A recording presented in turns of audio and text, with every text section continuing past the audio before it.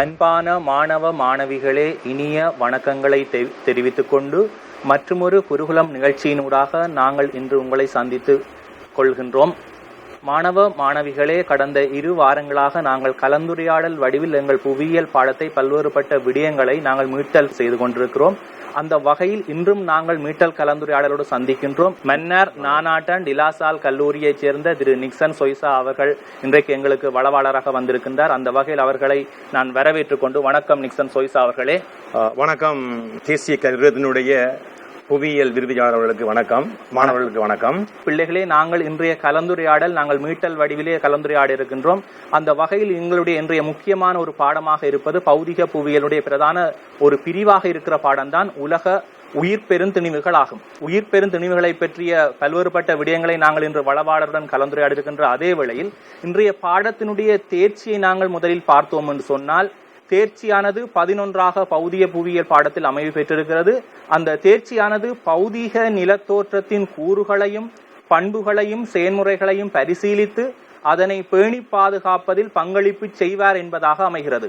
ஆகவே பிள்ளைகளே, பௌதிக நிலத்தோற்றம் என்று சொன்னால் என்ன, அந்த பௌதிக தோற்றத்தினுடைய பல்வேறுபட்ட கூறுகள் யாவை, அவனுடைய பண்புகள் யாவை, அவனுடைய செயற்பாடுகள் யாவை என்பது தொடர்பாக நீங்கள் ஏற்கனவே கற்று ஆராய்ந்திருப்பீர்கள். ஆகவே அவற்றினூடாக இந்த சூழலை நாங்கள் எவ்வாறு பாதுகாக்கலாம் என்ற நோக்கில்தான் இந்த தேர்ச்சியானது அமைவு பெற்றிருக்கின்ற அதே வேளையில் அதனுடைய தேர்ச்சி மட்டங்களாக நீங்கள் பார்த்தீர்கள் என்று சொன்னால், உயிரின கூட்டத்தின் உலக பரம்பலையும் அவற்றின் இயல்புகளையும் விளக்குவார் என்பதாக அமைகிறது.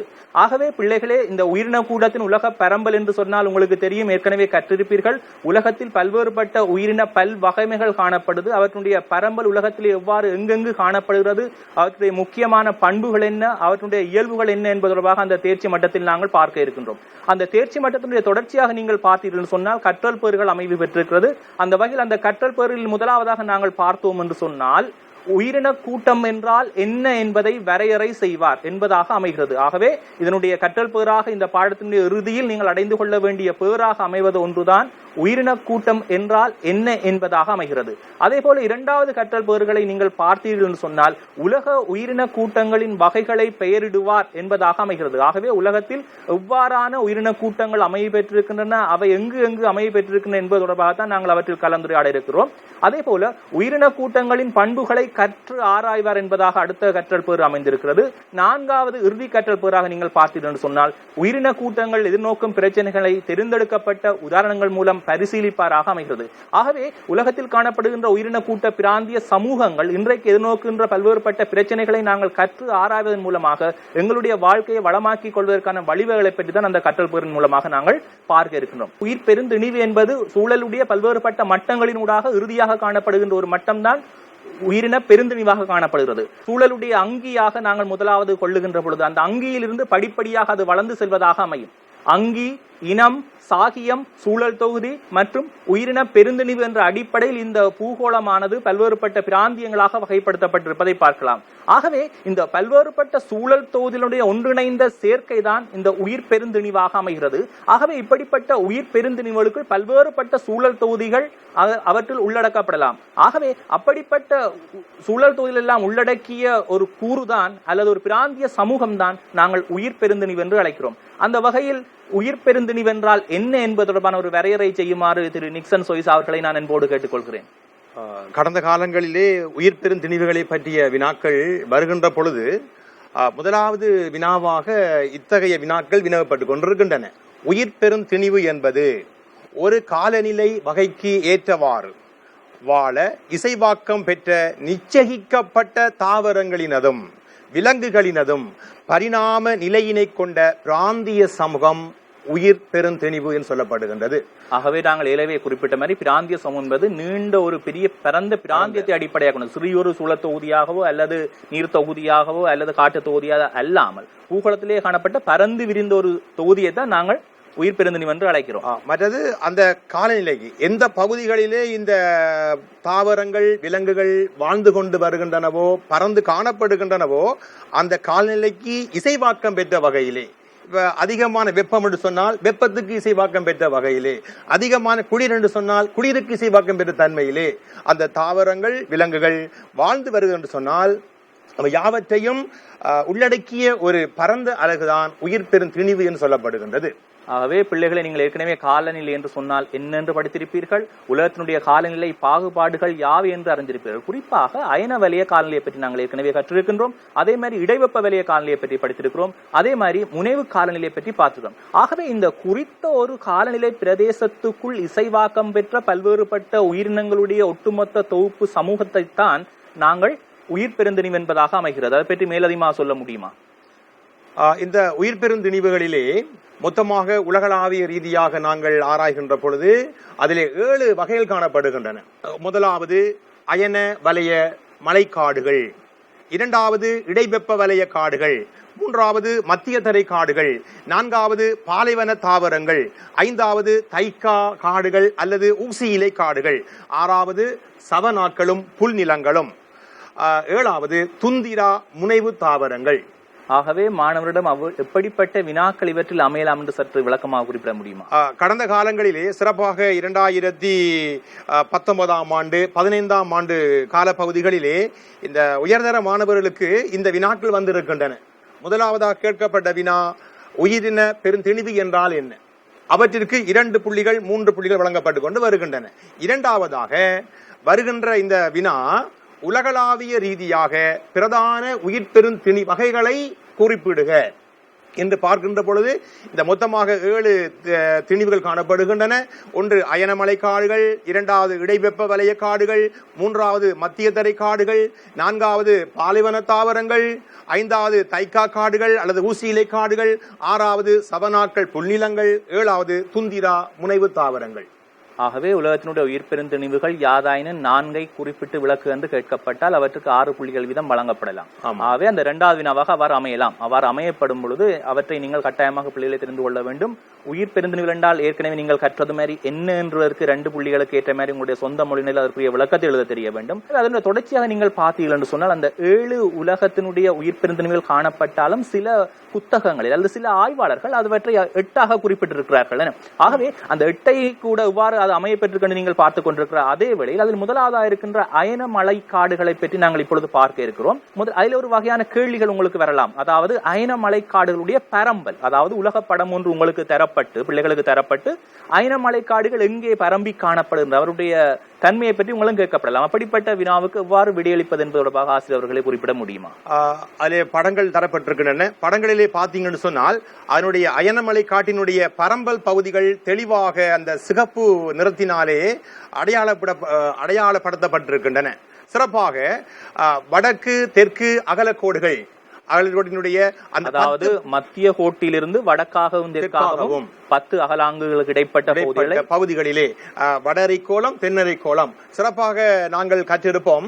மத்திய கோட்டிலிருந்து 23.5 பாகை வடக்கு பக்கமாக காணப்படக்கூடிய கோடு, தெற்கே காணப்படக்கூடிய கோடு, 2க்கு முற்பட்ட பிரதேசங்கள் அயன வலயமாக வெப்ப வலயமாக மத்திய கோட்டு பகுதி என்று வரையறுக்கப்படுகின்றன. ஆகவே மத்திய கோட்டிலிருந்து வடக்காக 23.5 பாகை கடக கோட்டுக்கும் தெற்காக இருக்கின்ற 23.5 பாகை மகர கோட்டுக்கும் இடைப்பட்ட பகுதி அயன வலயம் என்று சொல்லப்பட்டாலும் ஆனால் அவற்றை எல்லாவற்றையும் நாங்கள் அயன மலைக்காடு என்று சொல்லப்படுவது முடியாது. ஏன் அவ்வாறு? ஏனென்று சொன்னால் அந்த குறிப்பிட்ட அந்த 23.5 பாகை பகுதிகளுக்குள் இந்த காடுகள் பறந்து காணப்படுவது கிடையாது. ஏனென்று சொன்னால் அந்த தாவரங்கள் வளர வேண்டும் என்று சொன்னால் அதற்குரிய காலநிலை காணப்பட வேண்டும், மண் வளம் காணப்பட வேண்டும், தரைத்தோட்ட தன்மைகள் காணப்பட வேண்டும். அவ்வாறு காணப்படக்கூடிய பகுதிகள் என்று பார்க்கின்ற பொழுது சிறப்பு வாய்ந்த அயனமலை காடுகள் பரவியுள்ள பிரதேசம் என்று நாங்கள் நோக்குவோம் என்று சொன்னால் விசேடமாக முதலாவது தென் அமெரிக்காவினுடைய பிரேசில் பிரதேசம், அமேசான் பகுதிகள், கொலம்பியா பகுதிகள். தென் அமெரிக்கா கண்டத்துடைய 3 பிரிவுகளை நாங்கள் காட்டுகிறோம். அது மட்டுமல்ல இந்த மத்திய அமெரிக்காவில் சொல்லப்படக்கூடிய அந்த வெஸ்ட் இண்டீஸ் தீவுகள், சிறப்பாக மேற்கிந்திய தீவு கூட்ட பகுதிகளிலும் இதனுடைய பரம்பல் காணப்படுகின்றன. ஆகவே பிள்ளைகள் இந்த உலக படத்தில் தென் அமெரிக்காவுக்கு மேலாக வட அமெரிக்காவுக்கு தென்மேற்கு இடைப்பட்ட பகுதிகளை நாங்கள் இந்த அயன வலய காடுகள் பறந்திருக்கின்ற பிரதேசங்களாக குறிப்பிட்டு காட்ட முடியும். அது மட்டுமல்ல இந்த படத்தை நீங்கள் வடிவாக அவதானித்தீங்கன்னு சொன்னால் ஆப்பிரிக்காவினுடைய கொங்கோ வடிநில பிரதேசம், ஆப்பிரிக்காவில் முக்கியமான நதிகள் காணப்படுகின்றன. அதிலே இந்த கொங்கோ வடிநில பிரதேசங்களிலேயும் இந்த அயனமலை காடுகள் காணப்படுகின்றன. அது மட்டுமல்ல மடகஸ்கார் தீவு காணப்பட்டு கொண்டிருக்கிறது. அந்த தீவினுடைய கிழக்கு கரையோர பகுதிகளிலும் இந்த அயனமலை காடுகள் பரவி காணப்படுகின்றன. அது மட்டுமல்ல, விசேடமாக ஆசிய கண்டத்தை எடுத்து நோக்கணும்னு சொன்னால், நாங்கள் முதல் பார்த்தது தென் அமெரிக்கா பகுதி, பிற்பாடு பார்த்தது ஆபிரிக்க பிரதேசம், அடுத்து நாங்கள் பார்க்க போகிறது ஆசிய பகுதிகள். முதல் பார்த்தது ஆபிரிக்க பிரதேசம். இப்பொழுது நாங்கள் இந்த ஆசிய பகுதி என்று பார்க்கிற பொழுது, ஆசிய கண்டத்திலே சுமாத்திரா, யாவா, போர்னியோ, மிண்டோனா தீவு பகுதிகள் என்பவற்றிலும், அத்தோடு சேர்த்து ஆஸ்திரேலியாவினுடைய வடகிழக்கு பகுதிகளிலும் இந்த அயனமலை காட்டினுடைய பரம்பல்கள் காணப்படுகின்றன. ஆகவே தென் அமெரிக்கா கண்டம், ஆப்பிரிக்கா கண்டம், ஆசியாவுடைய தென்கிழக்கு பிரதேசங்கள் மற்றும் ஆஸ்திரேலியாவின் சில பகுதிகள் போன்றவற்றில் அயனமலை காடுகள் பரந்திருப்பதை நீங்கள் பிள்ளைகளாகிய நீங்கள் உலகப்படத்தில் குறித்துக் கொள்வதற்கு தயாராக இருக்க வேண்டும். இந்த அயன காடுகளுடைய காலநிலை தன்மை பற்றி பிள்ளைகளாகிய உங்களுக்கு ஆசிரியர்கள் இப்பொழுது குறிப்பிடுவார். அயனமலை காடுடைய காலநிலை தன்மைகள். இப்பொழுது நான் சொல்ல போகின்ற இந்த விடயமானது காலநிலை என்கிற விடையோடு சேர்த்து பொதுவாக கேள்விகள் கேட்கப்படுகிற முனைப்பான பண்புகளை ஆராய்க என்கின்ற அந்த வினாவுக்கும் இந்த விடையானது பொருத்தமாக அமையலாம். ஆகவே அயனவலய உயிரின கூட்டங்களின் முனைப்பான பண்புகள் 4 தந்து குறிப்பிட்டு விளக்கு என்று சொன்னால், காலநிலைக்கு அப்பால் அதனுடைய மண், இயற்கை தாவரம் போன்றவற்றை நாங்கள் அதற்கு விளக்குவதற்கு தெரியாக வேண்டும். ஆகவே இந்த வகையில் நாங்கள் காலநிலையை பற்றி பார்க்கிற பொழுது இந்த பகுதிகளிலே ஆண்டு முழுவதும் 27 பாகை செல்சியஸ் தொடக்கம் 30 பாகை செல்சியஸுக்கும் அதிகமான வெப்பமானது நிலவப்பெறுகின்றது. இரண்டாவதாக பார்க்கணும்னு சொன்னால், இந்த பகுதிகளிலே இவ்வாறு 27 பாகை செல்சியஸ் தொடக்கம் 30 பாகை செல்சியஸுக்கு அதிகமான வெப்பம் நிலவுகின்றபடியினால் உயர் அளவிலான இந்த அயனவலய காடுகளுடைய வெப்பநிலையானது ஏனைய வலயத்தினுடைய உயிர் பெருந்தனோடு ஒப்பிடும்போது மிக அதிகமாக இருக்கிறது. ஆமாம். அதற்கான காரணம் இது. அதற்கு என்ன காரணம் என்று சொன்னால், நாங்கள் ஏற்கனவே பார்த்திருக்கின்றோம். இந்த அயன வலயம் என்று சொன்னால் சைவர் பாகை மத்திய கோட்டில் இருந்து வடக்கு இருக்கக்கூடிய கடகக்கோடு, தெற்கு இருக்கக்கூடிய மகரக்கோடு. அப்ப இந்த கோடுகள் காணப்படுகின்ற இந்த பகுதியானது சூரிய ஒளியினை பெறுகின்ற தூரம் மிகவும் அண்மையில் காணப்படுகின்றது. சூரிய ஒளியானது ஏனைய பகுதிகளை விட கிடைக்கின்ற வந்தடைகின்ற தூரமானது மிக அருகிலே காணப்படுகின்றது. இது முதலாவது. முனைவு பகுதியில் ஒப்பிடும் பொழுது அயனவலய பகுதிகள் ஒளி தூரம் பயணிக்கிற தூரமானது குறைவாக இருப்பது ஒரு காரணம். இரண்டாவது, அந்த ஏனைய பகுதிகள் இடைவெப்ப வலய பகுதிகளாக இருந்தால் என்ன, முனைவு பகுதிகளாக இருந்தால் என்ன, இரண்டு பகுதிகளும் ஒரு தட்டையான பகுதியாக இல்லாமல் ஒரு சாய்வான பகுதியாக, ஒரு சரிவான பகுதியாக காணப்படுகின்றன. ஆகவே ஒளியினுடைய படுகோணம் என்று சொன்னால் கற்றிருப்பார்கள். ஓகே. அப்ப இப்படியான தன்மைகள் இரண்டாவது காரணம். மூன்றாவது என்ன காரணம் என்று சொன்னால், இந்த மத்திய கோட்டு பிரதேசங்கள், இந்த அயனவலய பகுதியானது சூரிய ஒளியை பெறுகின்ற அந்த தூரமானது குறைவாக இருப்பதனால் தடைகள், சிறப்பாக மேகத்தினுடைய தடைகள், தூசுகளினுடைய தடைகள், விசேடமாக வளிமண்டல தடைகள் மிகவும் குறைவாக காணப்படும். நாங்கள் குறிப்பிடலாம் நினைக்கிறேன். வளிமண்டலத்தின் ஊடாக உடர்த்து செல்லுகின்ற தூரம் மத்திய ஓட்டு பகுதியில் குறைவாகவும், முனைவு பகுதியை நோக்கி செல்லும் பொழுது வளிமண்டலத்தின் ஊடாக ஒளி ஊடறுக்கிற தூரம் அதிகமாக இருப்பதால் ஒளியானது வளிமண்டலத்தால் உறிஞ்சப்படுவதை பார்க்கலாம். ஆகவே மத்திய கோட்டு பகுதியில் வெப்பநிலை உயர்வாக இருப்பதற்கு அது ஒரு காரணமாக இருக்குது. ஆகவே அயனமண்டல காடுகளில் அதிகமான வெப்பநிலவிற்கு இந்த அதனுடைய அமைவிடம் தான் முக்கியமான ஏற்படக்கூடிய மாதிரி காணப்படுகிறது. விசேடமாக இந்த வினாக்கள் கேட்கப்படுகின்ற பொழுது குறிப்பிட்டு விளக்க சொல்லுவார்கள்.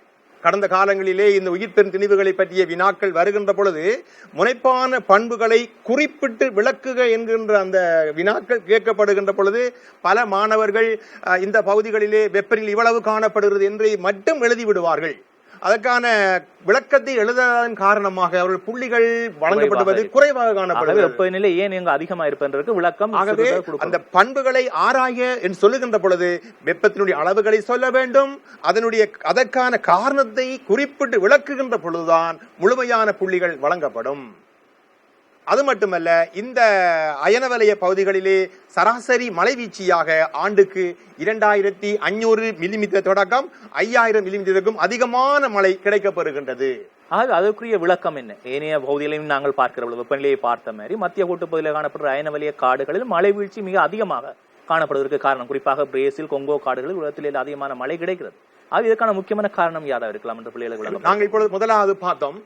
ஆண்டு முழுவதும் 27 பாகை தொடக்கம் 30 பாகைக்கும் அதிகமான வெப்பம் நிலவ பெறுகின்றது. அப்ப அதிகமான வெப்பம் நிலவுகின்ற பொழுது ஆவியாக்கத்தின் அளவுகள் எப்பொழுதும் அதிகமாக காணப்பட்டு கொண்டிருக்கும். ஒரு மழைவீழ்ச்சியானது ஏற்பட வேண்டும் என்று சொன்னால் உயரளவிலான ஆவியாக்கம் ஏற்பட வேண்டும், உயரளவிலான ஆவி உயிர்ப்பு ஏற்பட வேண்டும். ஆகவே இந்த காடுகளிலிருந்து மிக உயர்ந்த அளவிலான ஆவி உயிர்ப்பு இடம்பெறும் வெப்பத்தின் காரணமாக. இப்படியான வெப்பத்தின் அதிகரிப்பு காரணமாகத்தான் இந்த அயனவலய பகுதிகளிலே சராசரி மழை வீழ்ச்சியாக 2500 மில்லிமீட்டர் தொடக்கம் 5000 மில்லிமீட்டருக்கு அதிகமான மழை கிடைக்கப்பெறுவது மேல் சொல்லப்பட்ட காரணிகளோடு ஒரு ஒத்துப்போகின்ற ஒரு விடயமாக காணப்படுகிறது.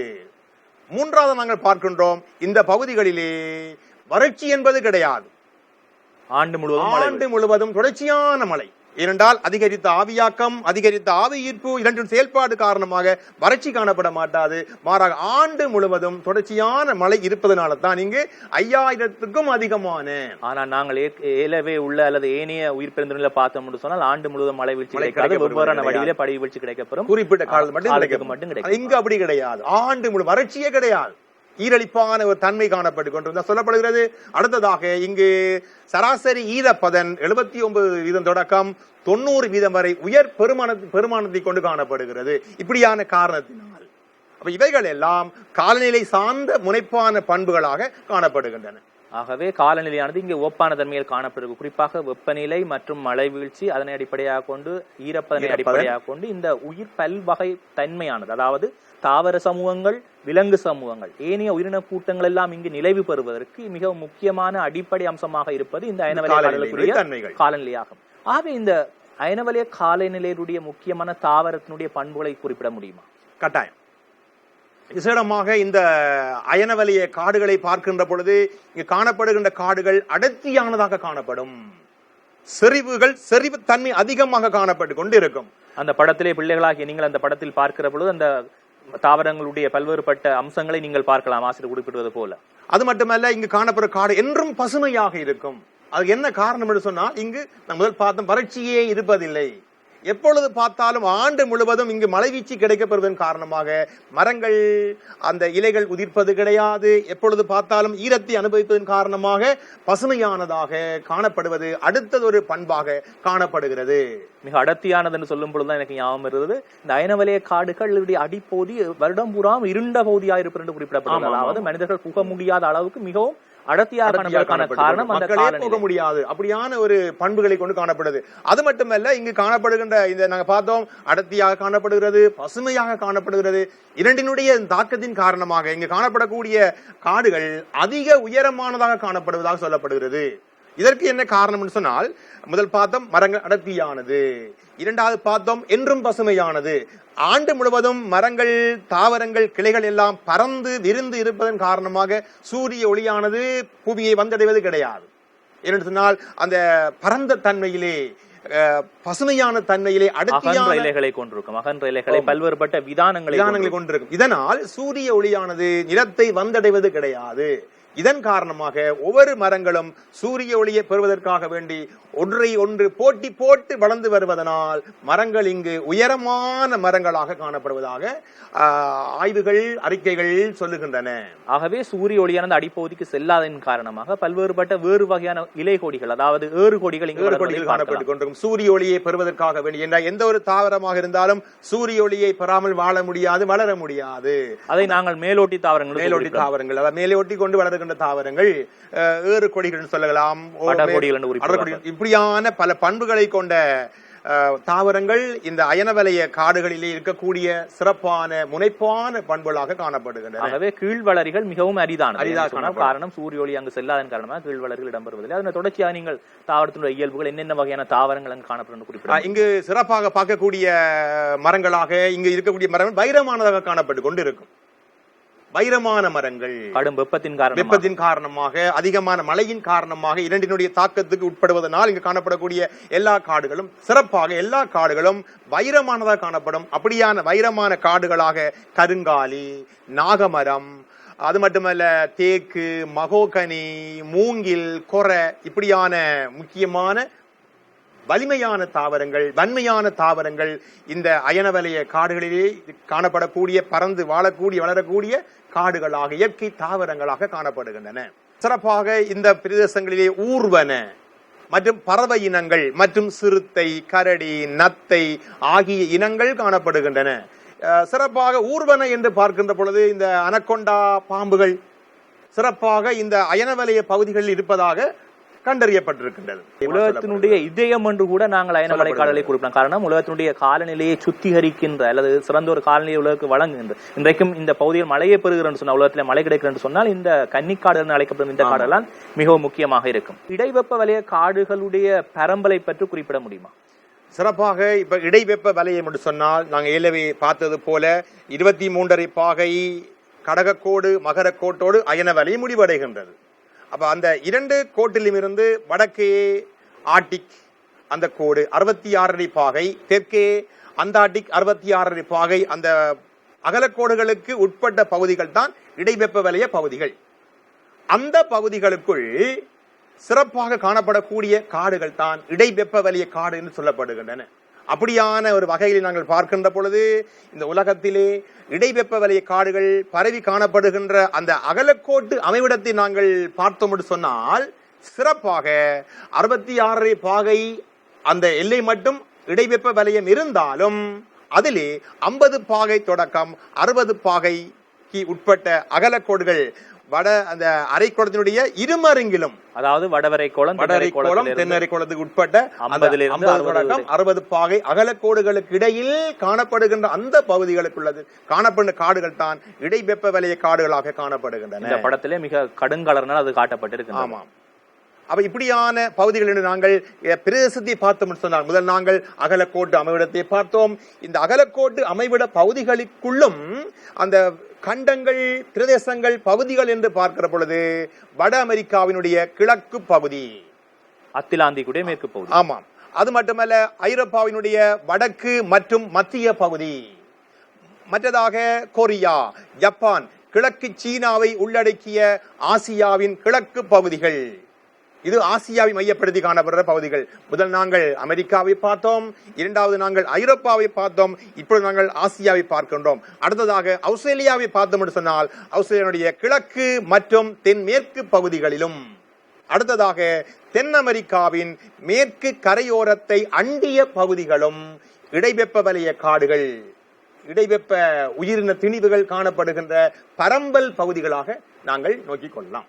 பிள்ளைகளே, இடைவெப்ப வலய காடுகள் அமைவு பெற்றிருக்கின்ற அமைவிடங்கள் குறிக்கப்படுமாறு கேட்கப்படலாம். அப்படிப்பட்ட பகுதிகளுக்கு தான் நாங்கள் இவ்வாறு விடையளிக்க வேண்டும். உலகத்திலே எவ்வாறு இடைவெப்ப வலய காடுகள் அமைந்திருக்கிறது என்று சொல்லி ஆசிரியர்களே, அது தொடர்ச்சியாக இடைவெப்ப வலய காடுகளுடைய காலநிலை தன்மைகளை சற்று குறிப்பிட முடியுமா? சிறப்பாக இந்த பகுதிகளை பார்க்கின்ற பொழுது இங்கு ஆண்டு முழுவதும் சீரற்ற வெப்பநிலை நிலவ பெறுகின்றது. அது மட்டுமல்ல, தெளிவான பருவ மாற்றங்களை காண முடிகின்றது. இவைகள் முக்கியமான ஒரு காலநிலை தன்மை. இரண்டாவது நாங்கள் பார்த்தோம் என்று சொன்னால், இந்த பகுதிகளிலே வெப்பநிலையானது சராசரியாக 15 பாகை செல்சியஸ் வரை நிலவ பெறுகின்றது. அவற்றை அயன வலயத்தோடு ஒப்பிட்டு பார்த்து காலனுடைய வேறுபாட்டை பார்த்துக் கொள்ளலாம். சில வேளைகளில் பரீட்சைக்கு ஒப்பிட்டு கூட கேள்விகள் கேட்கலாம். அயன வலய காடுகளோடு இடைவெப்ப வலய காடுகள் பின்வரும் எத்தன்மையில் மாற்றம் அடைகின்றன என்பதை காலநிலை, தரைத்தொட்ட தன்மை, தாவர பண்புகள் போன்றவற்றின் அடிப்படையில் ஆராய்க என்று பார்க்கிற பொழுது நாங்கள் முதல் பார்த்தோம் எவ்வாறு அந்த அயன வலய பிரதேசங்களிலே 27 பாகை 30 பாகை வெப்பம் நாங்கள் பார்த்தோம். இங்கு நாங்கள் பார்த்தோம்னு சொன்னால் 15 பாகை செல்சியஸ் அளவுதான் வெப்பம் கிடைக்கப்படுவது ஒரு காலநிலை பண்பாக காணப்படுகிறது. இரண்டாவது நாங்கள் பார்த்தோம்னு சொன்னால், நாங்கள் பார்த்தோம் அயன வலய பிரதேசங்களிலே சராசரி மழைவீழ்ச்சியாக 1500 தொடக்கம் 5000 மில்லிமீட்டர் வரை கிடைக்கப்படுகிறது. ஆனால் இந்த பகுதியை பார்க்கிற பொழுது அவ்வாறு இல்லாமல் 750 தொடக்கம் 1500 மில்லிமீட்டர் வரையிலான மழை கிடைக்கப்படுவது மற்றும் ஒரு காலநிலை சார்ந்த பண்பாக நாங்கள் அவதானிக்கலாம். அது மட்டுமல்ல, கோடை பருவத்தில் வெப்பநிலை அதிகமாக காணப்படுகின்றன. இவ்வாறு இந்த இடைவெப்ப வலயத்தினுடைய காலநிலை பண்புகள் காணப்படுகின்றன. பொதுவாக இந்த பரீட்சையில் இப்படியான கேள்விகள் கேட்கப்படுகின்ற பொழுது மாணவர்கள் விளக்கத்தோடு எழுத வேண்டும். குறிப்பிட்டு சொன்னால் மட்டும் போதாது. முழுமையாக என்ன காரணத்தினால் வெப்பநிலை இவ்வளவு குறைவாக கிடைக்கப்படுகிறது, ஏன் மழைவீழ்ச்சி குறைவாக கிடைக்கப்படுகிறது என்பதற்கான காரணத்தை குறிப்பிட்டு எழுதுகின்ற பொழுதுதான் அவர்களுக்கு முழுமையான புள்ளிகள் வழங்கப்படுவது முறையாக காணப்படுகிறது. அது மட்டுமல்ல, இந்த பகுதிகளில் நாங்கள் பார்க்கின்ற பொழுது சிறப்பாக குளிர் பருவத்திலே இங்கு கிடைக்கப்படுகின்ற படை வீழ்ச்சியம் திரவமாக கிடைக்கப்படாது. மாறா திண்மமாக கிடைக்கப்பெறும், பனிக்கட்டியாக கிடைக்கப்பெறும். இவ்வாறு கிடைக்கப்பெறுகின்ற பனிக்கட்டியானது வெப்பமான காலங்களில் உருகி நதிகளாக ஓடுகின்ற பண்புகளும் இந்த இடைவெப்ப வலயத்திலே அவதானிக்கக்கூடிய இன்னும் ஒரு முனைப்பான ஒரு விடயமாக பண்பாக அறிந்து கொள்ள வேண்டும். குளிர்காலத்தில் கிடைக்கப்பெறுகின்ற அந்த படி வீழ்ச்சிய திண்ண வடிவமானது அது கரையாமல் இறுகி கட்டியாக இருக்கும். கோடை காலத்தில் வெயில் காரணமாக வெப்பத்தின் அதிகரிப்பு காரணமாக உருகி நதிகளாக அவைகள் காணப்படுகின்றன, மாற்றம் அடைகின்றன. ஆகவே கோடை காலத்தில் அவை நதிகளாக பாய்கின்றன. இவற்றின் காரணமாக அந்த பகுதியில் பல்வேறுபட்ட விவசாய முக்கியமான பங்கை வகிக்கின்றன. அது மட்டுமல்ல, உலகத்திலேயே அதிகமான அந்த மண் வளத்தை கொண்ட போசனை தன்மை கொண்ட இந்த வளமான மண்ணை நாங்கள் இந்த இடைவெப்ப வலய பகுதிகளில் நாங்கள் காண முடிகின்றது. அதனால் தான் இங்கு பல பயிர்கள், சோளம், கோதுமை, ஓட்ஸ், பார்லி இப்படியான பயிர்கள் செய்கை பண்ணப்படுவதற்கு தேவையான அந்த வளமான மண் இடைவெப்ப வலயத்திலே கிடைக்கப்பெறுவது சிறப்பான ஒரு விடயமாக நாங்கள் அறிந்து கொள்ளலாம் நோக்கப்படுகிறது. ஆகவே இந்த இடைவெப்ப வலயத்தில் காணப்படுகின்ற முனைப்பான பண்புகளாக காலநிலை, மண் போன்றவற்றை இப்பொழுது பார்த்திருக்கிறோம். ஆகவே இந்த இடைவெப்ப வலயத்தை நாங்கள் அயனவலய காடுகளோடு ஒப்பிடும் பொழுது அதனுடைய தாவர பண்புகள், அதனுடைய தன்மைகளானது வித்தியாசமானதாக இருக்கும். ஆகவே இடைவெப்ப வலய காடுகளுடைய அல்லது உயிர் பெருந்தினங்களுடைய தாவர போர்களை பெற்று சற்று விளக்க முடியுமா? கட்டாயம். சிறப்பாக நாங்கள் இங்கு காணப்படுகின்ற காடுகளை பார்த்தோம் என்று சொன்னால், இங்கு காணப்படக்கூடிய காடுகள் 8 மீட்டர் தொடக்கம் 32 மீட்டர் வரையிலான உயரம் கொண்டவைகளாக காணப்படுகின்றன. நாங்கள் அங்கு பார்த்தோம், எப்பொழுதும் அயனவலய பிரதேசங்களிலே உயரமான தாவரம் காணப்பட்டு கொண்டிருக்கும். ஆனால் இங்கு அப்படி கிடையாது. இங்கு காணப்படக்கூடிய காட்டினுடைய உயரங்களை நாங்கள் பார்த்தோம் என்று சொன்னால் 8 தொடக்கம் 32 மீட்டர் வரையிலான உயரத்தை கொண்டவைகளாக காணப்படுகின்றன. சில பிரதான தாவரத்தினுடைய உயரமானது 25 தொடக்கம் 30 மீட்டர் வரை காணப்படுகின்றன. அது மட்டுமல்ல, இங்கு உயிர் பல்வகமை தன்மையானது குறைந்த மட்டத்திலேயே காணப்படுகின்றன. சிறப்பாக நாங்கள் கேள்விப்பட்டிருப்போம், பார்த்திருப்போம், எப்பொழுது வெப்பம் அதிகமாக காணப்படுகிறதோ அப்பொழுதுதான் இலைகள் உதிர்த்து விடுகின்றன. ஆனால் இடைவெப்ப வலயத்தை நாங்கள் பார்த்தோம் என்று சொன்னால், இங்கு வெப்ப காலத்தில் இலைகள் உதிர்க்கப்படாமல் குளிர்காலத்தில் இலைகள் உதிர்க்கின்ற தன்மையை நாங்கள் இங்கு அவதானிக்க முடிகிறது. இலைகள் அவற்றை பற்றி தெரிந்து கொள்ள வேண்டும். ஏன் வெப்ப காலத்தில் இலைகளை உதிர்க்காமல் குளிர்காலத்தில் அந்த இலைகளை உதிர்க்கின்றன? அந்த இலைகளுடைய உருவம் எவ்வாறு இருக்கும்? அந்த இலைகள் எவ்வாறு அடர்த்தியாக இருக்குமா, அல்லது அகலமாக இருக்குமா, அல்லது வானத்தை நோக்கியதாக இருக்குமா, அல்லது நிலத்தை நோக்கியதாக இருக்கணும் என்று சொல்லி நீங்கள் பல்வேறுபட்ட ஏனைய உயிர் பெருந்தினர்கள் ஒப்பிட்டு பார்க்கும் பொழுது விளங்கப்படுத்தலாம். ஆகவே ஆசிரியர்கள் அதை பற்றி சற்று விளங்கப்படுத்த சிறப்பாக இந்த இடைவெப்ப வலயத்தினுடைய தாவரத்தினுடைய இலைகளை பார்த்தோம் என்று சொன்னால், இலைகள் வானத்தை பார்த்ததாக, ஆகாயத்தை நோக்கியதாக காணப்படுவது ஒரு பண்பு. அது மட்டுமல்ல, இங்கு காணப்படக்கூடிய இலையினுடைய பல இலைகள் அகன்ற இலை காடுகளாக காணப்படுகின்றன. அவ இவ்வாறு அந்த அகன்ற இலைகளாக காணப்படுகின்ற அதே நேரம் ஆகாயத்தை பார்த்ததாக இருக்கின்ற சூழ்நிலையிலே இங்கு குளிர்காலத்திலே கிடைக்கப்பெறுகின்ற அந்த படிவு வீழ்ச்சியானது திரவமாக கிடைக்காமல் திண்மமாக பனிக்கட்டியாக கிடைக்கப்பெறுகின்றன. இவ்வாறு கிடைக்கப்பெறுகின்ற அந்த பனிக்கட்டியானது இலைகளிலே தேங்கி நிற்கும் என்று சொன்னால் நடப்பது என்ன? அவைகள் அழுகும். அழுகுவதன் காரணமாக இலைகள் அழுகும், பிற்பாடு தண்டுகள் அழுகும், ஈற்றில் இறுதியிலே அந்த தாவரங்களே அழுகிவிடும். இதன் காரணமாக அங்கு பசுமை போர்வைகள் அகற்றப்படும். அதற்காக வேண்டி தங்களுடைய நீடித்த நிலையான வாழ்வை உறுதிப்படுத்திக் கொள்வதற்காக இங்கு காணப்படுகின்ற காடுகள், அந்த இலைகள் குளிர்காலத்தில் இலைகளை உதிர்த்து விடுவதன் மூலமாக தங்களுடைய இருப்பை தக்க வைத்துக் கொள்ளுகின்ற ஒரு பண்பை நாங்கள் அவதானிக்க முடிகிறது. இடைவெப்ப வலய காடுகளை இலையுதிர் காடுகள் என்று அழைக்கிறோம், இன்னொரு பெயரினால் நாங்கள் அழைக்கிறோம். ஆகவே பிள்ளைகளாகிய நீங்கள் அந்த இடைவெப்ப வலய காடுகளை ஏன் நாங்கள் இலையுதிர் காடுகள் என்று அழைக்கிறோம், எவ்வாறு சந்தர்ப்பத்தில் அந்த காடுகள் இலைகளை, அந்த தாவரங்கள் இலைகளை உதிர்க்கின்றன என்று சொல்லி நீங்கள் சரியான தெளிவை பெற்றுக் கொள்ள வேண்டும். ஆகவே ஆசிரியர் தொடர்ச்சி அவற்றை சொல்லி குறிப்போம். சிறப்பாக இந்த இலையுதிர் காடுகள் என்கிறது இடையேற்ப வெடித்து மட்டும் கிடையாது, அயனவலய பகுதிகளிலும் இந்த இலையுதிர் காடு காணப்படுகின்றன, அங்கே சிதறி காணப்படுகிறது. ஆமாம். இருந்தாலும் விசேடமாக அயனவலய பகுதிகளில் காணப்படக்கூடிய காடுகள் அகன்ற இலைகளை கொண்டிருப்பதில்லை. அங்கு வறட்சியின் காரணமாக இலைகள் உதிர்க்கின்றன. ஆனால் இங்கு குளிரின் காரணமாக, மழையின் காரணமாக இலைகளை உதிர்ப்பது டெண்டினுடைய இலையுதிர்க்கு காரணத்துக்கான காரணங்களாக, விளக்கங்களாக நாங்கள் அறிந்து கொள்ள வேண்டும். இப்படியான ஒரு பண்புகளை கொண்டு காணப்படுகின்றன. அது மட்டுமல்ல, இந்த பகுதிகளை பார்க்கிற பொழுது இங்கு உயரங்கூடிய தாவரங்கள் காணப்படுகின்றன, கீழ் வளரிகள் காணப்படுகின்றன. அது மட்டுமல்ல, பாசி வகைகள் காணப்படுகின்றன. பாசி வகைகளுக்கு என்ன காரணம் சொன்னால் இங்கு சிறப்பாக நாங்கள் பார்த்திருப்போம், அறிந்திருப்போம். பாசி தாவரங்கள் வளர வேண்டும் என்று சொன்னால் ஈரலிப்பான தன்மைகள் காணப்பட வேண்டும். அப்ப இந்த பிரதேசங்களிலே எனவே இந்த குளிரான பிரதேசமாக காணப்படுகின்றன. ஈரலிப்பான தன்மைகள் காணப்பட வேண்டுமாக இருந்தால் அயன வலயத்தில் பார்த்தோம் என்றால் அங்கேயும் ஈரலிப்பான தன்மைகள் கூட, அங்கே பாசி தாவரங்கள் மிகவும் குறைவு. ஆனால் இடைவெப்ப வலயத்தில் பிள்ளைகள் நீங்கள் சரியாக கவனித்துக் கொள்ள வேண்டும். அயன வலயத்தில் இல்லாத பாசி தாவரங்கள் ஏன் இடைவெப்ப வலயத்தில் காணப்படுகின்ற சரியான விளக்கம் உங்களுக்கு தெரிந்து கொள்ள வேண்டும். என்று சொன்னால் ஒன்று புரிந்து கொள்ள வேண்டும் மாணவர்கள், அயனவலய பிரதேசங்களிலே காடுகள் என்றும் பசுமையாக இருப்பதனால் சூரிய ஒளியானது கீழே கிடைப்பது கிடையாது. அதாவது காடுகள் நெருக்கமாக காணப்படுவதால் சூரிய ஒளியான நிலத்துக்கு செல்வது இல்லை. இங்கு இலைகள் உதிர்க்கப்படுவதனால் சூரிய ஒளியானது நிலத்தை வந்தடைவது இலகுவாக இருக்கிறது.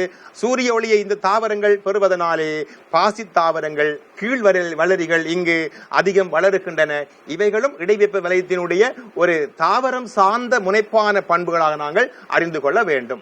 அது மட்டுமல்ல, இந்த பகுதிகளிலே சிறப்பாக காணப்படக்கூடிய விலங்குகளாக நாங்கள் பார்த்தோம் என்று சொன்னால் ஆபிரிக்க எருமை, மான், நரி, முள்ளம்பன்றி, புறா, மர அணில், ஆந்தை, குயில், முதலை போன்ற விலங்குகள் இந்த இடைவெப்ப வலயத்தில் இனங்காணக்கூடிய விலங்கினங்களாக நாங்கள் பார்த்துக் கொள்ள வேண்டும்.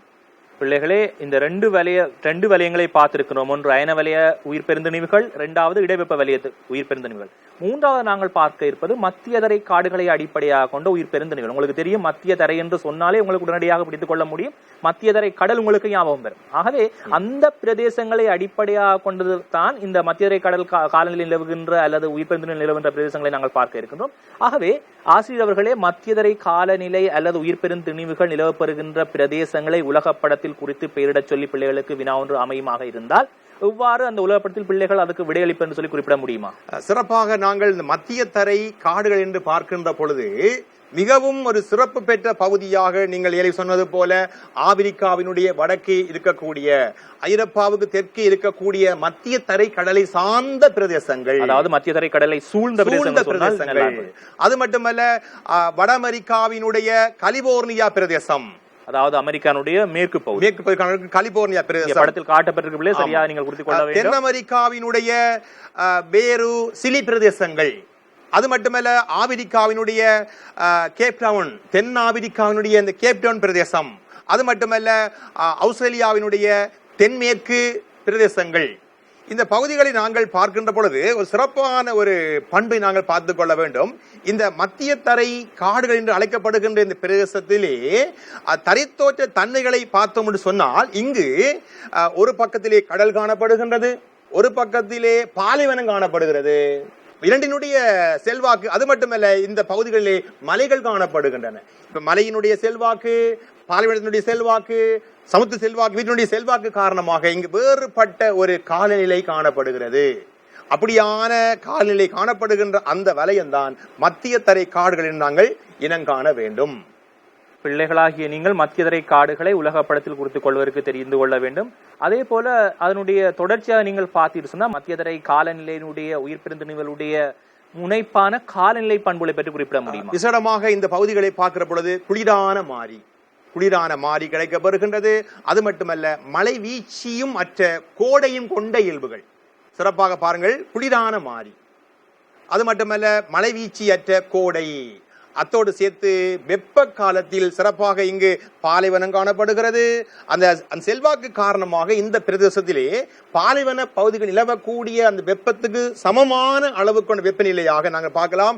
26.6 செல்சியஸ் தொடக்கம் 32.2 செல்சியஸ் வரையிலான வெப்பநிலை கிடைக்கப்படுகின்ற அதே நேரத்திலே மாரி காலத்தில் 10 செல்சியஸுக்கும் குறைவான வெப்பநிலை காணப்படுவது வெப்பநிலை சார்ந்த ஒரு பண்பாக காணப்படுகிறது.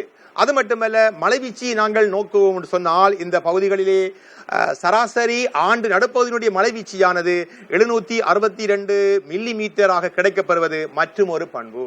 அது மட்டுமல்ல, இந்த மழைவீழ்ச்சியானது விசேடமாக தொடர்ச்சியாக கிடைக்கப்பெறாமல் குளிர்பருவத்திலே கிடைக்கப்பெறுவது இன்னும் ஒரு பண்பாக நாங்கள் காலநிலை சார்ந்த பண்பாக நாங்கள் இனங்கண்டு கொள்ளலாம். அயன வலயத்தினுடைய தாவரங்களுடைய பண்புகளை பார்த்திருக்கின்றோம், இடைவெப்ப வலயத்தினுடைய தாவரத்தினுடைய பண்புகளை பார்த்திருக்கின்றோம். அதே போல மத்திய தரை உயிர் பெருந்திணிவுகளுடைய தாவரத்தினுடைய பண்புகள் யாவை, என்ன வகையான தாவரங்கள் அங்கு வாழ்கின்றன தொடர்பாக நீங்கள் கருத்துரைக்க முடியுமா? கட்டாயமாக. விசேடமாக இந்த மத்தியத்தரை காடுகளை நாங்கள் அவதானிப்போம் என்று சொன்னால், இங்கு காட்டினுடைய பண்புகளை நாங்கள் பார்க்கின்ற பொழுது காணப்படக்கூடிய இலைகள் முட்களை கொண்டு காணப்படும், முட்டாவரங்களாக காணப்படும். அது மட்டுமல்ல, இங்கு காணப்படக்கூடிய இலையினுடைய மேல் பகுதியானது, சில இலையினுடைய கீழ் பகுதியானது மெழுகுத்தன்மை வாய்ந்ததாக காணப்பட்டு கொண்டிருக்கும். அத்தோடு இலைகள் தடித்த தன்மையில் காணப்பட்டு கொண்டிருக்கும். காணப்படக்கூடிய மரத்தினுடைய தண்டுகள் முடிச்சுகளையும் ஒரு அழுத்தமற்ற ஒரு கரடு முரடான தன்மையினையும் பெற்றிருக்கும். அத்தோடு சேர்த்து இங்கு காணப்படக்கூடிய வேர்கள் மண்ணை, பாறைகளை துளைத்து ஆழத்துக்கு செல்லக்கூடிய தன்மைகளை கொண்டு காணப்படுகின்றன. நாங்க பார்த்து இங்கு கடுமையான வெப்பத்தின் காரணமாக ஆவியாக்கம் அதிகரித்து காணப்படும். அப்ப அந்த வெப்பத்தின் அளவு காரணமாக அந்த பாலைவன தன்மைகளுக்கு ஒத்ததான ஒரு காலநிலை நிலவ பெறுவதனால் வெப்பத்துக்கு ஈடுகடுக்கக்கூடியதான தாவரங்கள், மெழுகுத்தன்மை வாய்ந்த தாவரங்கள், முட்களை கொண்ட தாவரங்கள், ஏனென்று சொன்னால் வறட்சியான காலங்களிலே அளவுக்கு அதிகமான ஆவி ஈர்ப்பை நிகழ்த்துகின்ற பொழுது தாவரங்கள் சில வேளைகளில் தங்களுடைய வாழ்க்கை இழந்து விடலாம். எனவே தங்களுடைய நிலையான வாழ்வை அது தொடர்ந்து பெறுவதற்காக வேண்டி இங்கு காணப்படக்கூடிய இலைகள் மெழுகுத்தன்மை வாய்ந்து காணப்படுகின்றன, முட்களை கொண்டு காணப்படுகின்றன. அத்தோடு அந்த குறைந்த அளவிலான ஆவி உயிர்ப்பு நடைபெறுவதற்காக வேண்டி தண்டுகள் ஒரு கரடு முரடான, ஒரு அழுத்தம் இல்ல, ஒரு அழுத்தமற்ற ஒரு தன்மையிலும் ஒரு வலுவழுப்பான தன்மையிலும் காணப்படுவது முக்கியமான மற்றும் ஒரு தாவர பண்பாக நாங்கள் இனங்காணலாம். உயிர் பெருந்து நிலை காணப்படுற முக்கியமான தாவர வகைகள், விலங்கினங்களை பற்றி சிறப்பாக நாங்கள் பார்த்தோம்னு சொன்னால் யூக்கலிப்ஸ் மரங்கள், சீதர், எக், ஒலிவ், டியூப், ரோஸ்மேரி, ரவுண்டர், தேவதாறு முதலிய தாவர வகைகள் காணப்படுகின்றன. மற்றது விலங்குகள் என்று பார்க்கிற பொழுது நரிகள், மான்கள், டிங்கோ எனப்படுகின்ற காட்டு நாய் மற்றும் பறவைகள் இங்கு இருக்கக்கூடிய முக்கியமான விலங்கினங்களாக பார்க்கலாம். இப்படியான இடப்பரம்பல், காலநிலை மற்றது தாவர பண்புகள், விலங்கின பண்புகளை நாங்கள் தெளிவாக கொடுக்கின்ற பொழுது, இந்த மத்திய கடல் சார்ந்த வினாக்கள் வினவப்படுகின்ற பொழுது இந்த தன்மையிலே விடைகள் அணுகப்படும் என்று சொன்னால் நிறைவான புள்ளிகள் அவர்கள் பெற்றுக் கொள்வார்கள். பிள்ளைகள் பொதுவாக பார்த்தீங்கன்னு சொன்னாங்க, இதுவரைக்கும் பார்த்திருக்கின்றோம் அயன வலய காடுகள் அல்லது உயிர் பெருந்திணிவுகள், அதே போல இடைவெப்ப வலய காடுகள், அதே போல நாங்கள் பார்த்திருக்கிறோம் மத்தியதரை கடலை சூழ்ந்த அல்லது அதனை சார்ந்த பிரதேசங்கள்.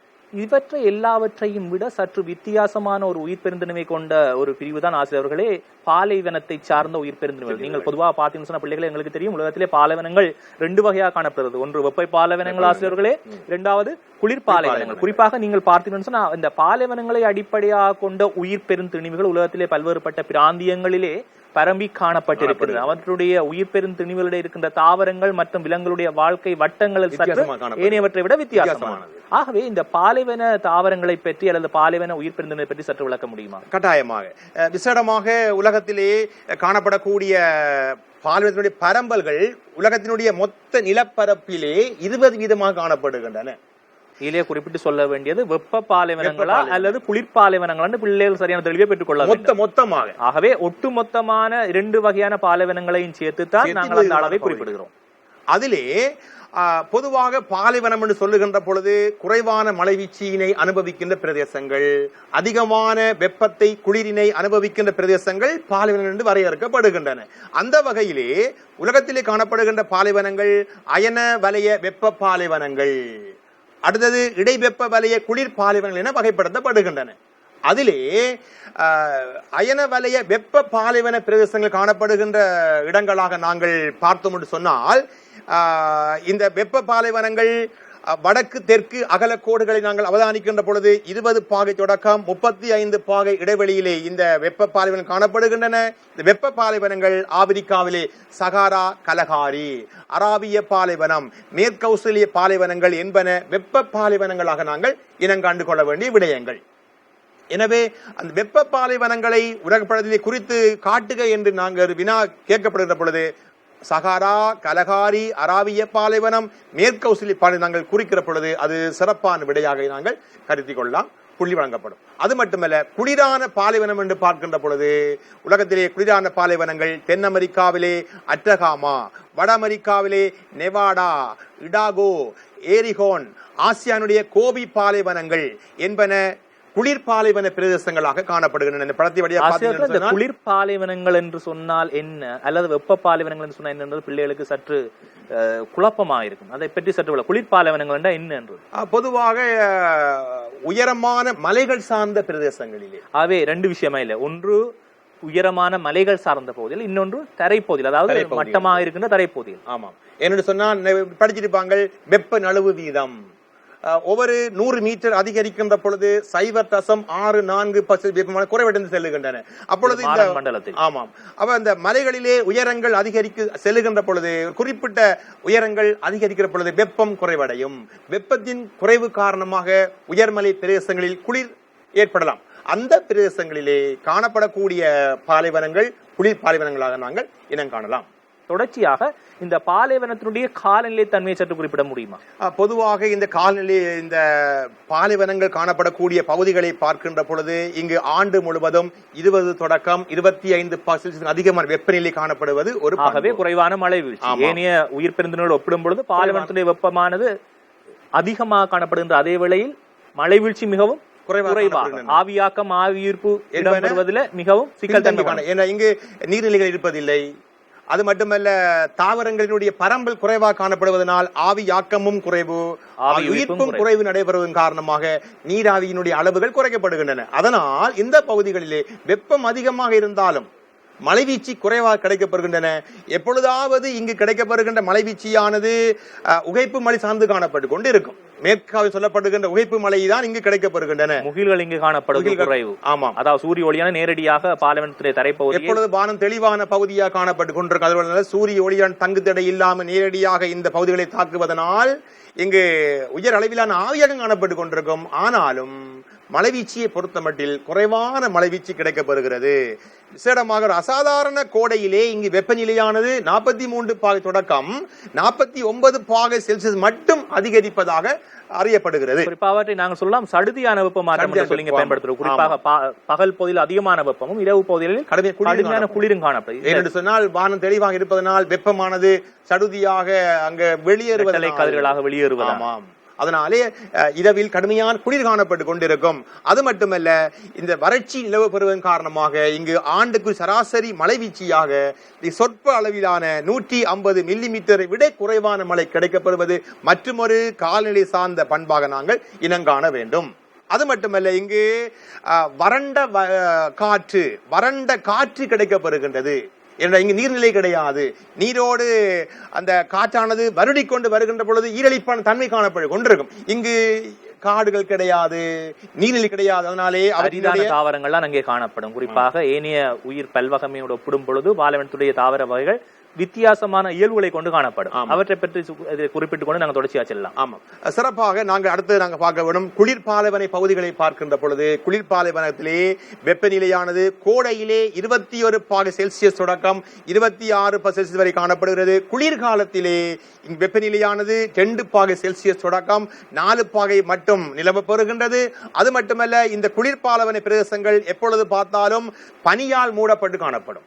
வெப்ப பாலைவனங்களில் மணலை பார்க்கலாம், இங்கு நாங்கள் பனியை பார்க்கின்றோம். அது மட்டுமல்ல, வசந்த காலத்தில், அதாவது வெப்பநிலை அதிகரிக்கிற பொழுது பனியானது உருகி ஓடுகிற அந்த காலம், அப்படியான காலங்களிலே இங்கு கிடைக்கப்படுகின்ற மழைவீழ்ச்சியானது 150 தொடக்கம் 260 மில்லிமீட்டர் வரை கிடைக்கப்படுவது மழைவீழ்ச்சியினுடைய மற்றொரு அளவாக நாங்கள் இனங்காண வேண்டும். ஆகவே தொடர்ச்சியாக தான் நான் ஏற்கனவே குறிப்பிட்ட மாதிரி வெப்ப பாலைவனங்களிலே காணப்படுற தாவரங்களுடைய முக்கியமான பண்புகள் குறிப்பிட முடியுமா? சிறப்பாக நாங்கள் பார்த்தோம், இந்த மத்திய தரை காடுகள் எந்த பண்புகளை கொண்டு காணப்படுகிறதோ அதே ஒத்த பண்பை நாங்கள் இங்கு கண்டுகொள்ளலாம். நாங்கள் பார்த்தோம், இங்கு பொதுவாக மரங்கள் இருப்பது குறைவு, பரவல் தன்மை குறைவு. ஆங்காங்கே காணப்படக்கூடிய தாவரங்கள் என்று பார்க்கிற பொழுது வறண்ட தாவரங்கள் இங்கு இருப்பது மிக முக்கியமானது. இந்த காணப்படக்கூடிய தாவரத்தினுடைய தண்டுகளை நாங்கள் பார்த்தோம் என்று சொன்னால் முறுக்கேறியதாக, ஒரு முடிச்சுகளை கொண்டதாக காணப்பட்டு கொண்டிருக்கும். மற்றது தண்டுகள் ஒரு அழுத்தம் இல்லாத வகையிலே ஒரு கரடு முரடானதாக, அதாவது வெப்பத்தை தாங்குவதற்கு ஏற்ற வடிவத்தில் அவை அமைந்திருக்கும். மற்றது ஆவி உயிர்ப்பு குறைவாக நடைபெற வேண்டும் என்பதற்காக வேண்டியும் இந்த தண்டுகள் முறுக்கேறி முடிச்சுகளை கொண்டதாக ஒன்றோடு ஒன்று பின்னி பிணைந்து காணப்பட்டு கொண்டிருக்கும். இது ஒரு பண்பு. அது மட்டுமல்ல, தடிப்பான தண்டுகளை கொண்டிருக்கும். இலைகள் தடிப்பாக காணப்பட்டு கொண்டிருக்கும். என்றால் குறைவான ஆவி உயிர்ப்பை நிகழ்த்தி நீண்ட காலம் உயிர் வாழ வேண்டும் என்பதற்காக வேண்டி இப்படியான பண்புகளை கொண்டு காணப்படும்.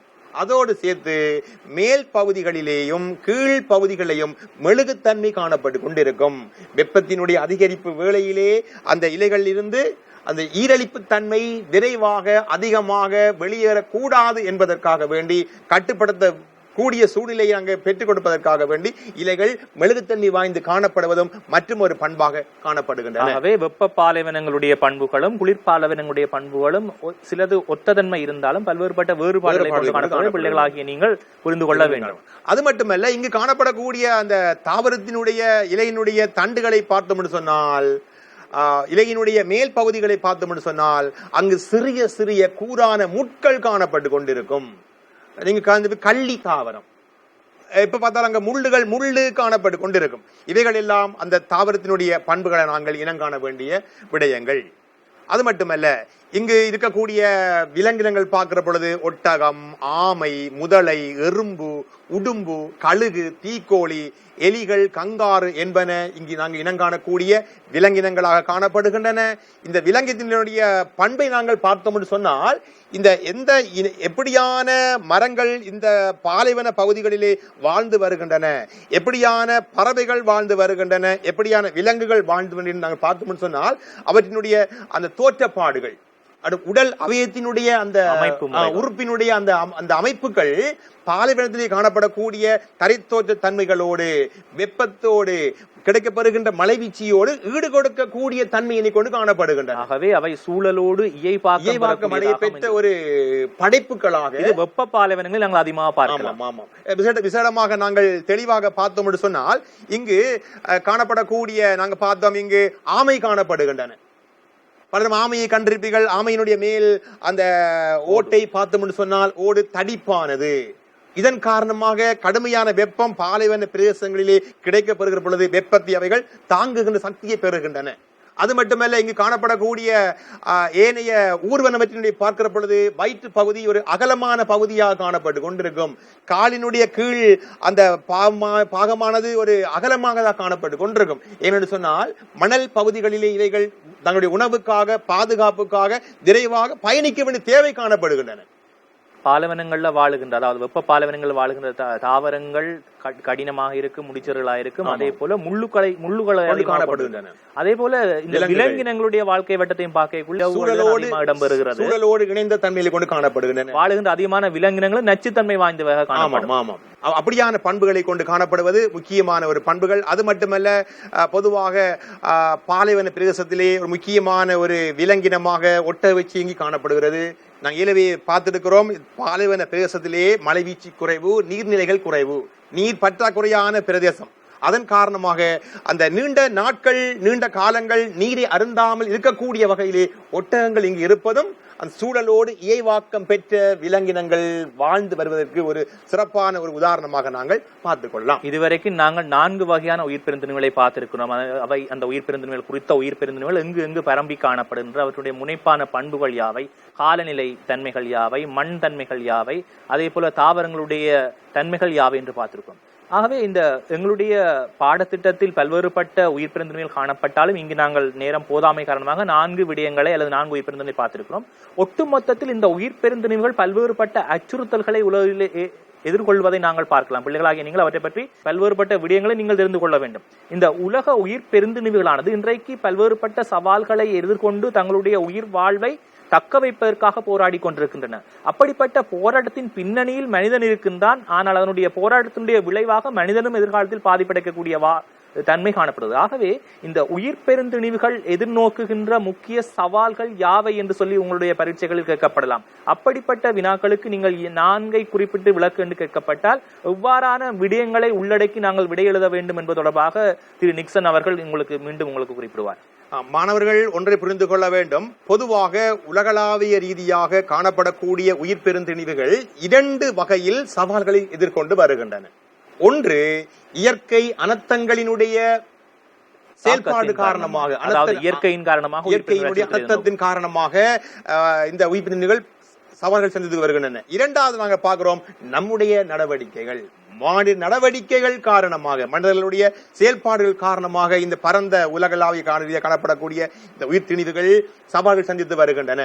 அது நாங்கள் சிறப்பாக பார்க்கிறோம். இயற்கை அனர்த்தம் என்று பார்க்கின்ற பொழுது கரையோரங்களிலே சுனாமி பேரலைகள் அந்த கடற்கரை தாவரங்களை பாதிக்கின்ற பொழுது, மற்றும் வறட்சியின் காரணமாக, புவி அதிர்ச்சிகள் காரணமாக, மண் சரிவு காரணமாக, வெள்ளப்பெருக்கு காரணமாக, சூறாவளி காரணமாக, காட்டுத்தீ என்பன போன்ற இயற்கை அனர்த்தத்தின் காரணமாக இந்த உயிர் பெருந்திணிவுகள் பல சவால் சந்தித்து வருகின்றன. நாங்கள் கேள்விப்பட்டோம் அண்மை காலத்தில் அமேசானில் ஏற்பட்ட காட்டுத்தீ மற்றும் ஆஸ்திரேலியாவில் ஏற்பட்ட காட்டுத்தீ போன்றவற்றை நாங்கள் இதை குறிப்பிட்டோம். கலிபோர்னியா ஏற்பட்ட காட்டுத்தீ என்பனவெல்லாம் காட்டுத்தீக்கு உதாரணங்கள். அது மட்டுமல்ல, இவைகளோடு சேர்ந்து நம்முடைய நடவடிக்கைகள், மாநில நடவடிக்கை என்று பார்க்கிற பொழுது அவற்றிலேயும் பல்வேறுபட்ட செயல்பாடுகள் காணப்படுகின்றன. மனித நடவடிக்கையின் காரணமாக அடுத்து ஏற்படலாம். ஆமா, அப்ப குறிப்பிட்டு கேட்கலாம். உயிர் பெருந்திணிவுகள் அழிவினை சந்திப்பதற்கு சவாலாக அமைகின்ற மானிட காரணிகளை ஆராய என்று சொல்லுகிற பொழுது மானிட காரணிகளை மட்டும்தான் குறிப்பிட்டு எழுத வேண்டும். அதே மாதிரி இயற்கை நிகழ்வுகளை குறிப்பிட்டு காட்ட சொன்னால் அதை மட்டும்தான் காட்ட வேண்டும். ஆனா பல மாணவர்கள் அந்த வினாவுக்குரிய விளக்கத்தை அறியாமல் கேட்பதைக்கு அப்பால் விடைகளை எழுதி வருவது கலந்தெளி இருப்பார்கள். மானிட காரணிகளை தனியாக கேட்கும் பொழுது அதுல பௌதிக காரணிகள் கேட்கிற பொழுது மானிட காரணியும் கேட்டிருப்பார்கள். ஆகவே இந்த பௌதிக காரணியின் அடிப்படையில இயற்கை அனர்த்தங்கள் மற்றும் அமிலமழை முக்கியமாக காணப்படுவது, காட்டுத்தீ போன்றவைகள் மற்றும் ஆங்காங்கே சிறிய வெள்ளப்பெருக்குகள், வறட்சி போன்றவற்றினால் உலகத்தில் பல்வேறுபட்ட மாற்றங்களை இந்த உயிர் பெருந்திணிவுகள், குறிப்பாக பாலைவன உயிர் பெருந்திணிவுகள் மீது உலகத்தினுடைய வெப்பநிலை அதிகரிப்பானது இந்த பாலைவனங்களில் ஏற்படுற உயிர் பெருந்திணிவுகள் ஏற்படுற மாற்றங்களை சற்று விளக்க முடியுமா? விசேடமாக ஏலவே பாலைவனங்களில் தாவரங்கள் குறைவு, வறண்ட ஒரு பிரதேசம். இப்படியான சூழ்நிலைகளிலே உலகளாவிய ரீதியாக ஏற்பட்டு கொண்டு வருகின்ற இந்த காலநிலை மாற்றத்தின் காரணமாக வறட்சி இன்னும் அதிகரிக்கப்படுகின்றன. தரைக்குள் நீர்வளம் விரைவாக ஆவியாக்கப்படுகின்றன. பாலைவனங்களுடைய எல்லைகள் விரிவடைகின்றன. வறட்சியினுடைய தன்மைகள் அதிகரிக்கப்படுகிறது. இயற்கையான நிகழ்வுகள் காரணமாக, மாநில நடவடிக்கைகள் காரணமாக பாலைவனத்தினுடைய பரவல் தன்மையானது அதிகரித்துக் கொண்டு வருகின்ற பொழுது காணப்படக்கூடிய நிலம் எல்லாம் வறண்டதாக மாற்றப்படும். நீர்நிலையானது வற்றி போய்விடும். இந்த சூழ்நிலையிலே அங்க வாழுகின்ற அரிதான உயிரினங்களும் ஏற்பட வருவது அன்னை காலத்திலே இந்த உலகம் சந்தித்து வருகின்ற பாரிய ஒரு சவாலாக நாங்கள் அறிந்து கொள்ள, அவற்றை நாங்கள் உலகத்தில் அச்சுறுத்தலுக்குள்ளாகி வரும் உயிரினங்கள் என்ற வகையில நாங்கள் அவற்றை செந்தரவு புத்தகத்தில் பல்வேறுபட்ட உயிரினங்கள், அயனமலை காடுகள் மற்றும் இடைவெப்ப வலய காடுகள் மற்றும் உணவு, முக்கியமாக சமுத்திரத்தினுடைய உயிர் பெருந்திணிவுகள் பல்வேறுபட்ட அச்சுறுத்தல்கள் நகரமயமாக்கத்தின் காரணமாக அழிந்து கொண்டிருப்பது, இது காலப்போக்கில் மனிதனுடைய இருப்புக்கு, அதாவது நிலையான அபிவிருத்திக்கு அது பாதுகாப்பாக அமைவதை நாங்கள் குறிப்பிட்டு காட்ட முடியும். ஆகவே தொடர்ச்சியாக இதனுடைய விடயங்களை சற்று குறிப்பிட முடியும். விசேடமாக இப்பொழுது அண்மை காலங்களிலே நகரங்களிலே சேருகின்ற பல கழிவுகளை சேர்க்கின்ற ஒரு குப்பை தொட்டியாக சமுத்திர பகுதியில் காணப்படுகின்றன. அந்த நகரங்களிலே சேருகின்ற பல கழிவுகள் போய் கொட்டப்படுகின்ற ஒரு குப்பை தொட்டியாக சமுத்திரங்கள் காணப்படுகின்ற பொழுது பிளாஸ்டிக் பொலித்தீன் அதிகமாக வீசப்படுகிறது. சமுத்திரங்களிலே அணு தொடர்பான ஆய்வுகள் மேற்கொள்ளப்படுது, முனைவு பகுதிகளிலே நிலைநீர் தொடர்பான ஆய்வுகள் மேற்கொள்ளப்படுது. இவற்றின் காரணமாக அந்த பகுதியில் எல்லாம் பல்வேறுபட்ட அச்சுறுத்தல்களை எதிர்நோக்குவதை பார்க்கலாம். இப்பொழுது சிறப்பாக நாங்கள் கேள்விப்பட்டிருப்போம், அந்த மத்திய தரை, இந்த மத்திய கிழக்கு நாடுகளிலே அந்த போர் சூழல் ஏற்பட்டு கொண்டிருக்கின்றன. மத்திய கிழக்கு நாடுகளிலே எண்ணெய் வளம் காணப்பட்டு கொண்டிருக்கின்றன. அப்ப அந்த போராடுகின்ற அரச படைகளாக இருந்தால் என்ன, போராளி குழுக்களாக இருந்தால் அவருடைய டார்கெட், அவருடைய இந்த எண்ணங்கள் முழுவதும் இந்த எண்ணெயை மையப்படுத்தி காணப்படுகின்றன. பல பத்திரிகை செய்திகளிலே வந்து இருக்கின்றன, வானொலிகளிலே தொலைக்காட்சிகளிலே காட்டப்படுகின்றன. யுத்தத்தின் பொழுது எண்ணெய் கிணறுகள், எண்ணெய் தொழிற்சாலை, எண்ணெய் சுத்தி நிலையங்கள் எல்லாம் தகர்க்கப்படுகின்றன. தகர்க்கப்படுகின்ற பொழுது வெளியேறுகின்ற அந்த பெட்ரோலிய கழிவுகள் யாவும் போய் சேருகின்ற இடமாக இருப்பது கூட இந்த சமுத்திர பிரதேசங்கள். ஆசிரியர் அவர்களே, உயிர் பெருந்திணிவுகள் எதிர்நோக்கின்ற முக்கியமான பிரச்சனைகள் காடு அழிப்பு. காடு அழிவு என்பது வேறு, காடு அழிப்பு என்பது வேறு. முக்கியமான ஒரு பிரச்சனை தான். குறிப்பாக அயன வலய பகுதியில் பார்த்தோம்னு சொன்னா காடு அழிப்பு என்பது மிக முக்கியமான ஒரு பிரச்சனை இருக்கு. இதன் காரணமாக உயிர் பெருந்திணிவுகள் எவ்வாறான அச்சுறுத்தல்களை எதிர்நோக்கணும்னு சொல்லி சற்று விளக்க முடியுமா? சிறப்பாக நாங்கள் பார்க்கிற பொழுது சனத்தொகை அதிகரிப்பு காரணமாக மனிதர்களுக்கு அடிப்படை தேவைகள் ஒன்று குடியிருப்பு. அப்ப சனத்தொகை அதிகரிப்பது போல நிலங்கள் அதிகரிப்பது கிடையாது. இருக்கிற நிலப்பகுதிகளிலேயே குடியிருப்புகளை அமைத்துக் கொள்ள வேண்டும் என்பதற்காக காடுகள் அழிக்கப்படுகின்றன. அளிக்கப்பட்டு அங்கு குடியிருப்பு அமைக்கப்படுகின்றன. அது மட்டுமல்ல, மக்களுக்கு தேவையான உணவு உற்பத்திக்காக வேண்டி, உணவு தேவைகளுக்காக வேண்டி அந்த காடுகள் அளிக்கப்பட்டு தோட்டங்களாகவும் நிலங்களாகவும் மாற்றி அமைக்கப்பட்டு வருகின்றன. குறிப்பாக நீங்கள் பார்த்தீங்கன்னா தென் அமெரிக்காவுடைய அமேசான் காடுகள் உலக நாடுகள் பலவற்றுக்கு குத்தகையாக விற்கப்பட்டிருக்கு. இவற்றின் காரணமாக பல்வேறுபட்ட அபிவிருத்தி திட்டங்கள் அந்த காடுகளை மையமாக கொண்டு மேற்கொள்ளப்படுவதால் உயிர் பல்வகைமைகள் பாதிக்கப்படுகிறது, உயிரினங்கள் அழிவடைகிறது, உயிரினங்களுடைய வாழ்விடம் இழக்கப்படுகிறது, உயிரினங்களுடைய வாழிடங்கள் துண்டாடப்படுகின்றன. இது போன்ற பல்வேறுபட்ட பிரச்சனைகள் அந்த உயிர் பெருந்திணிவுகள் எதிர்நோக்குகின்ற அதே வேளையிலே உலகத்தினுடைய வெப்பம் அதிகரிப்பதன் காரணமாக முனைப்பகுதியிலுடைய அந்த பனிகளானது உருகி அந்த முனைப்பகுதியிலுடைய உயிர்வாழ் அங்கிகளும் வேறு இடத்துக்கு இடம்பெறுவது அல்லது அச்சுறுத்தலுக்கு உள்ளாவதை அடிப்படையாக கொண்டு பல்வேறுபட்ட விடயங்களை நீங்கள் உயிர் பெருந்திணிவுகளாக பிள்ளைகள் நீங்கள் பல்வேறுபட்ட உதாரணங்கள் மூலமாக விளக்கிக் கொள்ள வேண்டும். அப்பொழுதுதான் உங்களுக்குரிய புள்ளிகள் வழங்கப்படும். அன்பான பிள்ளைகளே, இதுவரைக்கும் நாங்கள் உலகத்தினுடைய உயிர் பெருந்திணிவுகள் என்றால் என்ன, எவ்வாறான உயிர் பெருந்திணிவுகள் உலகத்திலே காணப்படுகின்றது என்பதை உலக உயிர் பெருந்திணிவுகளை அடிப்படையாக கொண்டு ஆராய்ந்திருந்தோம். அந்த உலக உயிர் பெருந்திணிவுகள் எவ்வாறான பகுதிகளில் அல்லது பிராந்தியங்களில் பரம்பி காணப்படுகின்றது, அவற்றினுடைய முக்கியமான அல்லது முனைப்பான பண்புகள் யாவை, எவ்வாறான தாவர சமூகங்களை கொண்டிருக்கிறது, எவ்வாறான விலங்கு சமூகங்களை கொண்டிருக்கின்றன, அவை எவ்வாறான அச்சுறுத்தல்களை எதிர்கொண்டிருக்கின்றன தொடர்பாக இதுவரை நாங்கள் ஆசிரியரோடாக கலந்துரையாடி இருக்கின்றோம். அந்த வகையில் நாங்கள் இந்த நிகழ்ச்சியை நிறைவு செய்கின்ற நேரம் நெருங்கிக் கொண்டிருக்கிறது. வளவாளராக இங்கு பங்கு கொண்டு எங்களுடைய கலந்துரையாடலில் எங்களுக்கு பல்வேறுபட்ட கருத்துக்களை பகிர்ந்து கொண்ட ஆசிரியர் திரு நிக்சன் சொய்சா அவர்களுக்கும் நன்றி கூறி இந்த நிகழ்ச்சியை நாங்கள் இத்துடன் நிறைவு செய்கின்றோம். நன்றி, வணக்கம்.